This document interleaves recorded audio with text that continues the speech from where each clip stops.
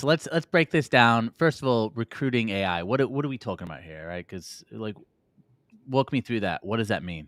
Yeah. So I think I have to start by explaining what it's not, right? Okay.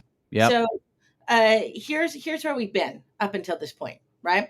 The ATS was created as a digital filing cabinet, right? In its Yep. early days, it was about how do we take these paper processes and put them in some sort of format so we can drive compliance, get all of our government reporting done effectively, right?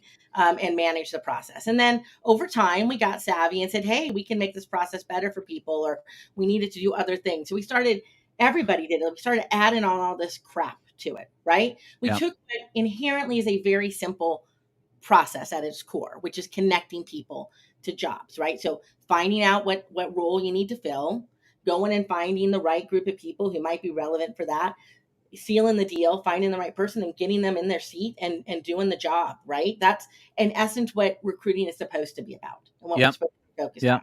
But we created all of this stuff around it that overcomplicated Yeah. the whole process, Well, I was right? gonna say, if you talk to job seekers and you said, "Is the process easier now than 20 years ago?" Nobody is saying yes.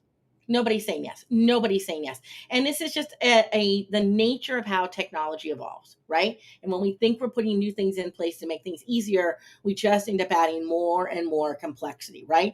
Like, oh, it didn't do what we wanted to here, so let's put this other add-on over here, and then let's put this other add-on over here. It gets big and huge and complex.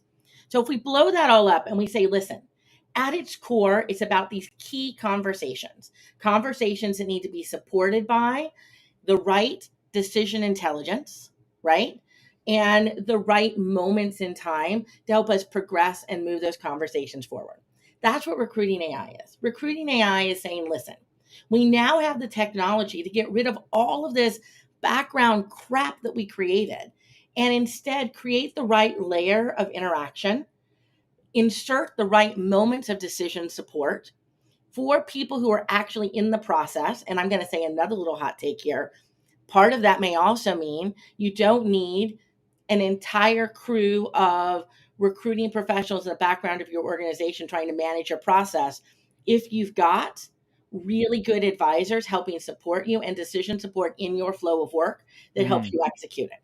So moving from an ATS to a recruiting AI is about looking at how do we insert those right moments of engagement and intelligence in your flow of work and stop worrying about this back end system that's managing all this data and process and workflow. Let's automate all that stuff. The AI can do that crap for us.